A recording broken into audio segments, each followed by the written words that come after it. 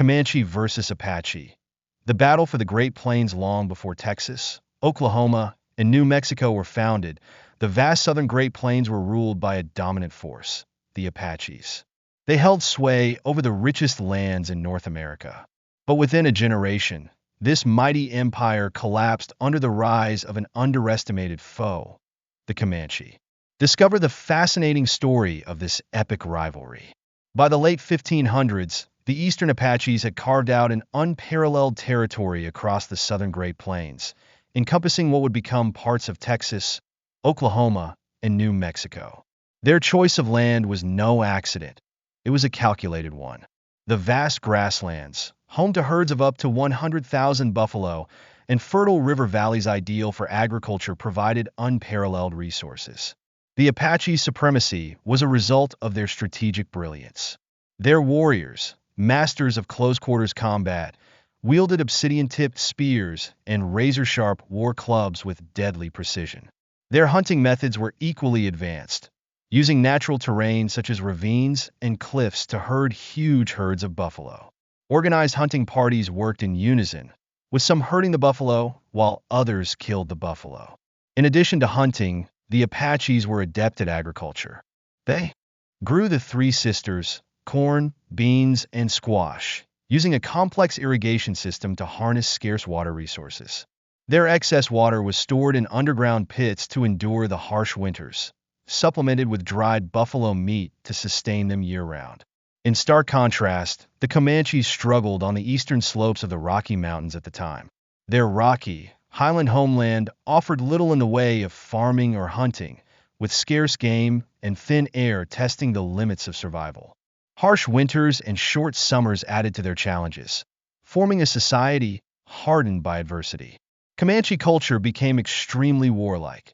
Boys were trained as warriors from a young age, mastering the mountain's signature weapons, the short bow and light spear. Victory in battle defined their status, and survival became their primary battleground. The arrival of the Spanish in the late 1500s irreversibly altered the balance of power. After conquering the Aztecs, the Spanish expanded north, armed with steel swords, metal armor, and fearsome weapons. But the most transformative element they brought was the horse. These powerful animals, bred for endurance and combat, revolutionized transportation and warfare. The mounted cavalry charges struck fear into the hearts of native groups, forcing many into submission. The Spanish consolidated their control with a network of missions and garrisons, imposing their authority through both military and cultural dominance. The Apaches, however, refused to surrender. They studied the Spanish closely, learning their horsemanship and tactics. Raids became precise and methodical, with Apache warriors targeting herds of horses and daring maneuvers that demonstrated their growing expertise. By the mid-1600s, the Apaches had become skilled horsemen, adapting their hunting and fighting techniques to mounted warfare. Their swift dawn raids terrified Spanish settlements such as Taos and Santa Fe, catching the defenders by surprise. With their newfound mobility, the Apaches became a formidable force, attacking quickly and retreating before they could mount a counterattack. The turning point came in 1680 during the Pueblo Revolt, when years of Spanish oppression and Apache raids spurred the Pueblo people to revolt against the colonists.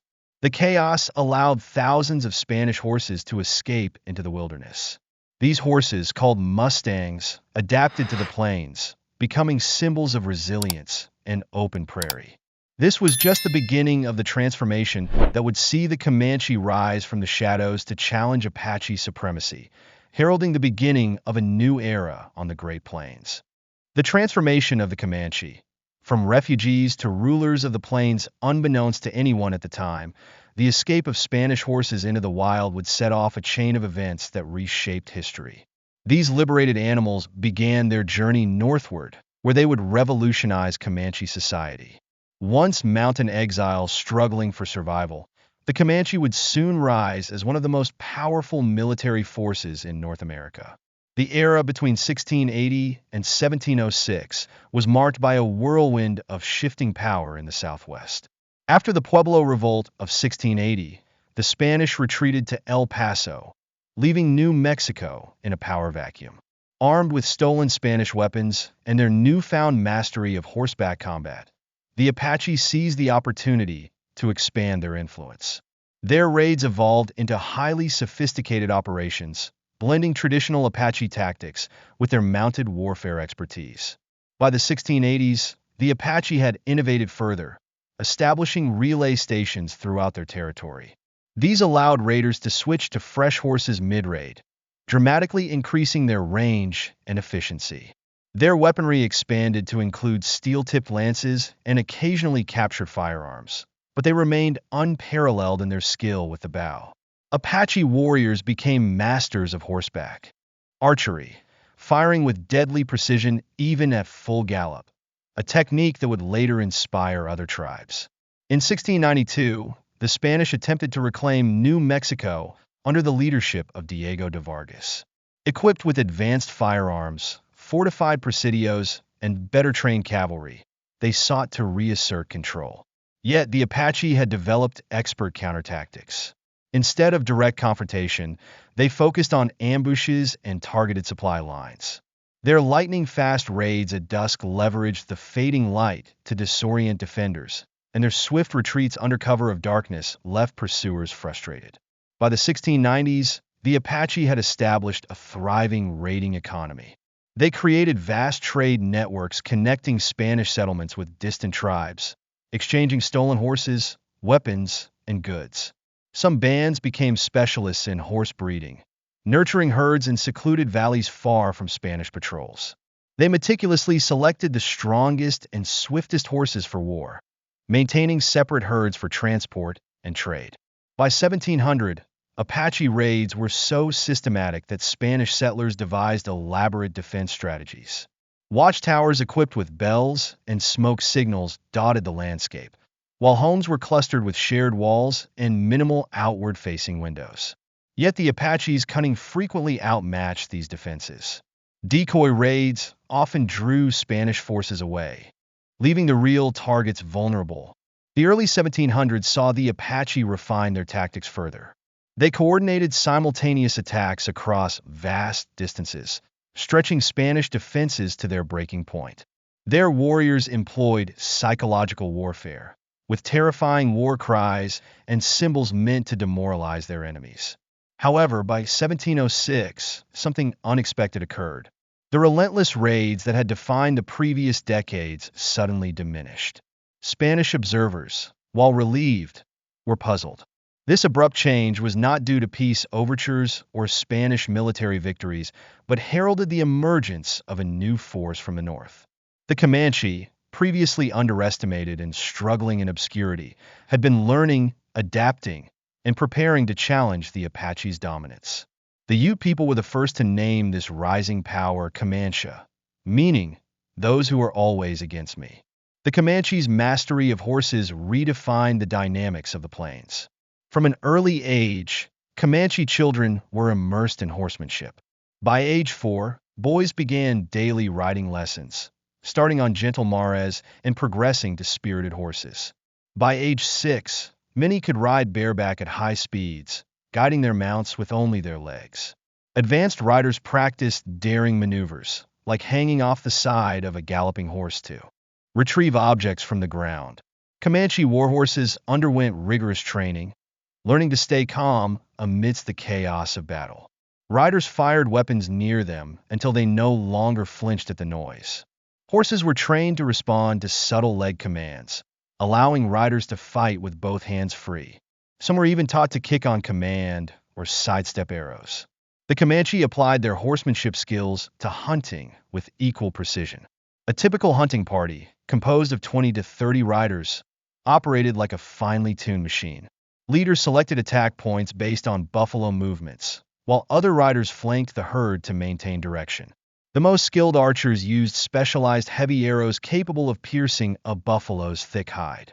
Hunters communicated silently through hand signals and whistles, coordinating their actions without startling the herd.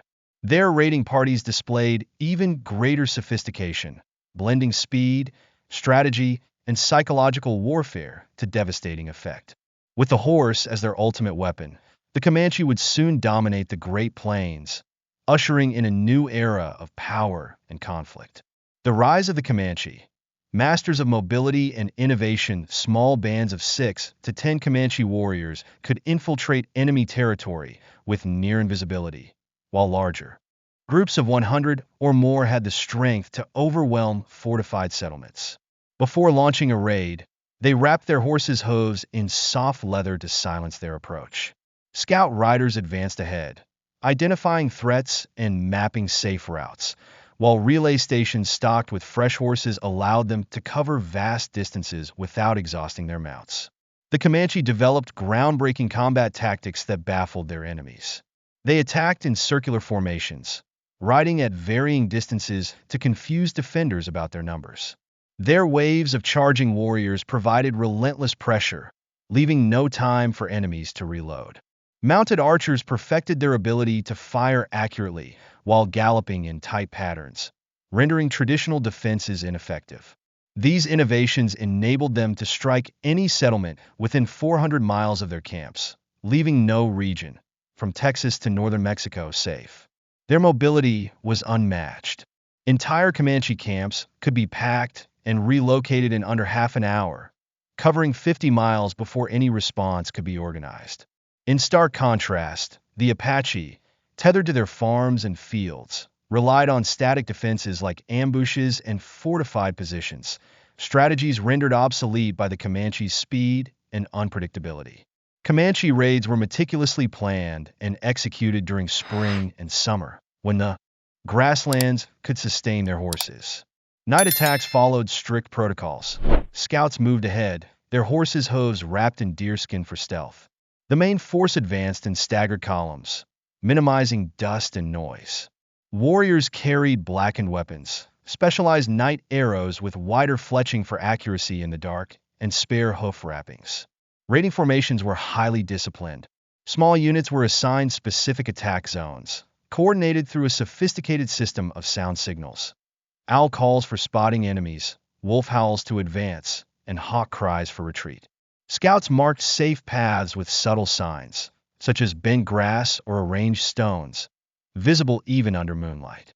Major raids were timed with the brightest moon phases, ensuring maximum visibility for their swift and decisive attacks. The Comanche's mounted combat system revolutionized warfare. Warriors maintained multiple horses, each trained for specialized tasks. Steady mounts for archery, charge horses for breaking enemy lines, and pursuit horses for chasing retreating foes. Horses were trained to respond to subtle leg cues, pressure from a thigh for turning, dual heel taps for stopping, allowing riders to wield weapons freely. Their short bows, designed specifically for mounted combat, were lightweight and highly efficient.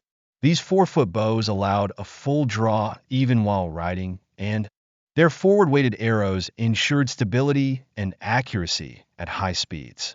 Training began in early childhood, with young riders practicing their shots at increasingly smaller targets while on horseback.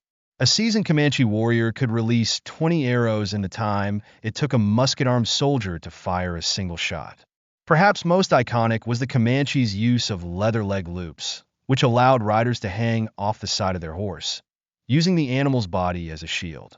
From this position, they could fire under the horse's neck, nearly invisible to their opponents. This technique demanded years of practice, as warriors had to synchronize their movements with their mounts to achieve precision. Accounts from observers like George Catlin in 1834 highlighted the stark contrast between the Comanche on foot and on horseback. On the ground, they appeared ordinary, but mounted, they were awe-inspiring. Able to snatch objects from the ground at full gallop, fire arrows while inverted, and control their horses with imperceptible cues. Training included riding through smoke to steady horses under fire, practicing charges against rattling shields to mimic battle noise, and executing coordinated group maneuvers with only leg signals. This mobility-focused style of warfare rendered Apache strategies ineffective. The Apache, masters of ground combat, relied on the terrain for cover and excelled in ambush tactics. Their foot archery was highly accurate, and in close combat, they were formidable with war clubs and knives. However, These skills required fixed positions and predictable terrain advantages, conditions the Comanche never allowed. Comanche raiding parties rarely established permanent camps, instead cycling through a network of temporary bases, each with multiple escape routes. This fluidity made them nearly impossible to corner. In contrast, the Apache's agricultural lifestyle tied them to fixed locations, leaving their farms, storage sites, and water sources vulnerable to attack. Historian T.R. Fehrenbach noted this critical disadvantage. The Apache's dependence on agriculture made them easy targets for the Comanche's hit-and-run tactics. The conflict between the two tribes was fueled by the Comanche's deep-seated resentment over their past struggles. As historian Thomas Britton observed, the Comanche's primary goal was simple yet devastating. Catch the Apache off guard, strike swiftly, kill as many as possible, capture women and children for slavery, and destroy their homes and crops. This relentless aggression decimated the Apache and forced many to seek refuge within Spanish settlements, where they lived under the protection of their former adversaries.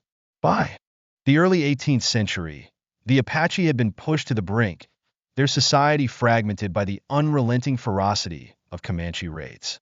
Entire Apache camps were found abandoned, their tools and crops left to wither in the sun. Meanwhile, the Comanche rose to dominate the Great Plains, their mastery of mounted combat revolutionizing the region's balance of power and leaving an indelible mark on history.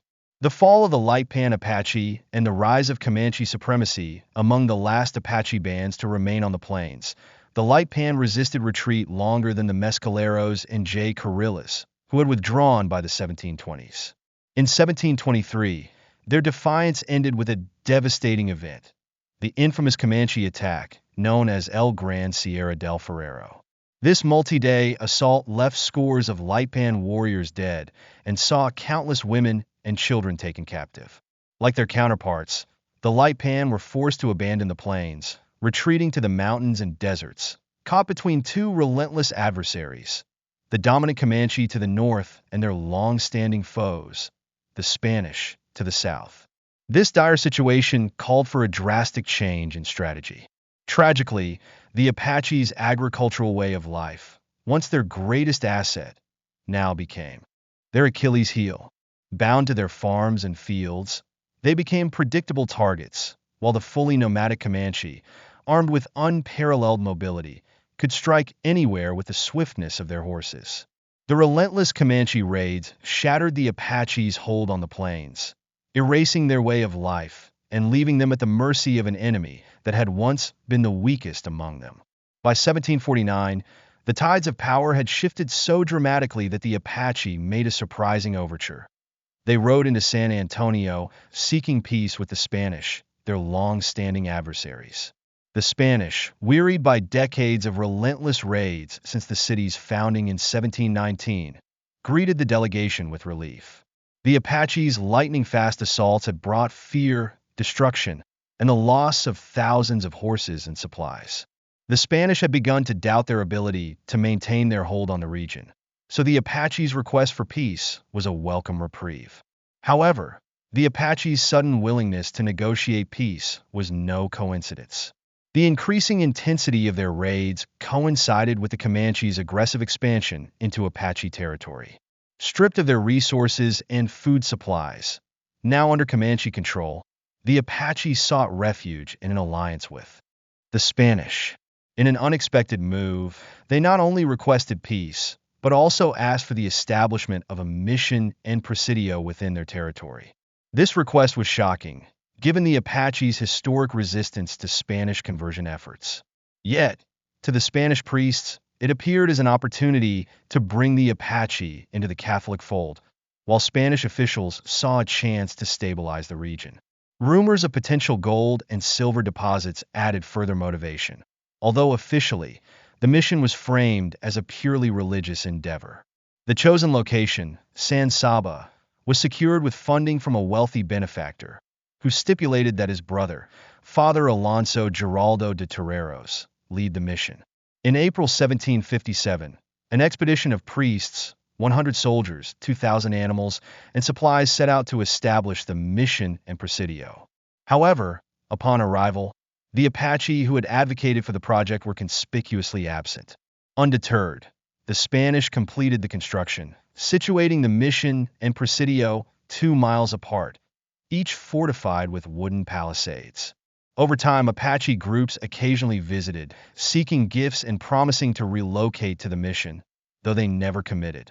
Suspicion grew among some priests, who began to see the Apache's actions as a ploy to secure Spanish goods. Yet, the truth was far more insidious. In March 1758, the Spanish uncovered the Apache's true strategy. San Saba was not Apache territory. It belonged to the Comanche. The Apache had deliberately guided the Spanish to build on enemy land, knowing it would provoke their adversaries. Meanwhile, they intensified raids into Comanche territory, leaving Spanish tools and goods behind to inflame tensions further. By early March, the Apache had disappeared entirely from the mission's vicinity. Soon after, 60 Spanish horses went missing, and scouts reported Comanche warriors gathering in the surrounding hills. For nearly 2 weeks, the Comanche remained on the horizon, watching and waiting. Then, on March 16th, an enormous force of Comanche and their allies descended upon the mission and Presidio. At the mission, the Comanche feigned friendship, presenting themselves as peaceful allies. Trusting their intentions, the priests opened the gates and offered gifts of food and tools. But the Comanche soon revealed their true purpose, launching a swift and brutal attack. Father Toreros, unarmed and attempting to mediate, was among the first to fall. The defenders, though valiant, were outnumbered and outmatched. The mission courtyard became a scene of chaos as Comanche. Warriors wielded spears and bows with deadly precision, cutting down resistance. The structure was set ablaze, and the smoke signaled the mission's destruction to the distant Presidio. The Spanish soldiers at the Presidio could do little but watch as the mission burned. Though the Presidio was well defended, the Comanche had no interest in a direct assault. They had achieved their goal, to destroy the mission and send an unmistakable message of their dominance. After looting the mission, the Comanche vanished as suddenly as they had appeared. In 1759, the Spanish attempted to retaliate with a punitive expedition led by Pereira. The campaign was a disaster. Along their march, Spanish forces mistakenly killed many innocent Tonkawa people, further alienating potential allies. When they finally reached the Red River, they faced a Comanche army twice their size. The Comanche, masters of the plains, had anticipated the Spanish advance and were fully prepared. Panic spread among the Spanish forces and their Apache allies, who knew firsthand the Comanche's prowess. Before the battle even began, the Spanish expedition dissolved into a chaotic retreat, abandoning cannons and supplies in their haste to escape. The Comanche's dominance was undeniable, their mobility and strategic brilliance unmatched. By the late 18th century, they had cemented their place as rulers of the plains, while the once mighty Apache were left fractured and displaced, a stark reminder of how quickly power could shift in the unforgiving world of the Great Plains. The Red River defeat. A turning point in the power struggle of the Southern Plains, the Red River defeat laid bare the true balance of power on the Southern Plains. The Comanche demonstrated their unmatched ability to assemble vast forces undetected, strike with precision, and shatter opposing armies through sheer intimidation. For the Spanish, the loss was more than just a battlefield failure. It was a catastrophic blow to their military reputation. Their native allies, once reliant on Spanish protection, lost all faith in their ability to defend against such a formidable foe. For the Apache, the consequences were even graver. Trapped between a reinvigorated Comanche to the north and untrustworthy Spanish allies to the south, many Apache bands were forced to abandon the plains entirely. Spanish settlements, left exposed after the Red River defeat, faced a grim new reality. The Comanche launched raids at will, exploiting the open terrain between forts as pathways for swift attacks. They avoided fortified positions, targeting isolated ranches and villages instead. As detailed in S.C. Gwynn's Empire of the Summer Moon, these raids were brutal and methodical. Entire villages were burned, their inhabitants tortured and killed in horrifying ways. Women suffered unspeakable atrocities, while men were burned alive. Infants were mercilessly slaughtered, and boys and girls were taken as captives. Using the unmatched speed of Spanish Mustangs, the Comanche disappeared before heavily armed Spanish dragoons could respond. Efforts to retaliate proved futile. Spanish search parties returned empty-handed, unable to locate the elusive Comanche camps. Some expeditions vanished entirely, claimed by either Comanche warriors or the unforgiving environment of the plains. Meanwhile, Apache raiders, displaced from their farmlands by the Comanche, struck from another direction, stealing supplies to survive. By 1780, Texas Governor Domingo Cabello despaired, writing from San Antonio, "There is no instant, day or night, when reports of barbarities and disorders do not arrive from the ranches totally unprotected as we are. This can only result in the complete destruction and loss of this province." Realizing their resources were stretched too thin to fight both tribes simultaneously, the Spanish devised a bold strategy. They sought to exploit the deep-seated hatred between the Apache and Comanche. Perhaps one enemy could help eliminate the other. Until 1780, no Spanish commander had successfully challenged the Comanche on the battlefield. That changed under Don Juan Bautista de Anza, whose innovative tactics turned the tide. Leading mounted troops trained in plains warfare, Anza ambushed a Comanche band near Greenhorn Peak, destroying their camp. Using the Comanche's own hit-and-run tactics, Anza launched further raids, catching them off guard. After each victory, he released captured warriors with an offer: peace and trade, should they choose to negotiate. By 1785, these efforts bore fruit. Comanche representatives came to Taos to negotiate, an unprecedented event. Anza achieved what many believed impossible, uniting the fiercely independent Comanche bands to speak with one voice. The resulting agreement contained three pivotal terms. The Comanche would cease attacks on Spanish settlements. Trade would be established between the Spanish and Comanche. The Comanche would ally with the Spanish to destroy the Apache. This alliance reshaped the power dynamics of the region. The Spanish gained protection from Comanche raids and assistance against their long-standing Apache enemies. In return, the Comanche secured valuable trade opportunities and Spanish support to eliminate their ancient rivals.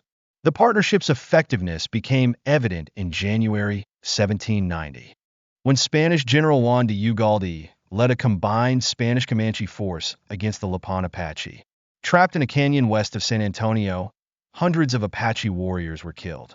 The survivors, numbering fewer than 1,000, retreated to mountain strongholds where the advantage of horses was diminished. The alliance yielded immediate benefits. Comanche raids on Spanish settlements ceased, and trade between former enemies flourished. Most Apache bands withdrew from the plains, seeking refuge in defensible mountainous regions. This allowed Spanish ranchers to expand their holdings without fear, while Comanche traders brought buffalo hides and horses to Spanish markets. The Spanish adapted their military tactics, abandoning rigid European formations in favor of mobile cavalry units trained in plains warfare. Forts were repurposed, shifting their focus from defending against Comanche raids to blocking Apache incursions. Meanwhile, the Comanche consolidated their control over the plains, regulating access to hunting grounds and water sources. Their horse breeding operations flourished, producing mounts for both warfare and trade. Warriors patrolled trade routes, ensuring safe passage for Spanish merchants who paid for their protection. In the mountains, the Apache adapted to their new circumstances, developing techniques for quick raids and disappearing into rugged terrain. While their displacement marked the end of their dominance on the plains, they refused extinction, preserving their culture and resilience. Trade patterns shifted significantly. Spanish silver and manufactured goods flowed north, while Comanche buffalo products and horses moved south. The once warring parties became trading partners, benefiting mutually from their newfound peace. The alliance also influenced neighboring tribes. Some sought similar arrangements with the Spanish, while others withdrew to avoid confrontation with the powerful Spanish-Comanche coalition. This period of peace and cooperation transformed the southern plains. Spanish administrators established intermediaries for Comanche relations. Trading posts received military protection, and commerce thrived. The partnership endured for decades, longer than any prior agreements, as both sides honored their commitments. Spanish settlements grew without fear of raids, and Comanche society prospered through trade and strategic alliances. The alliance's legacy extended beyond its immediate benefits. Comanche dominance of the plains shaped settlement patterns and trade routes for generations.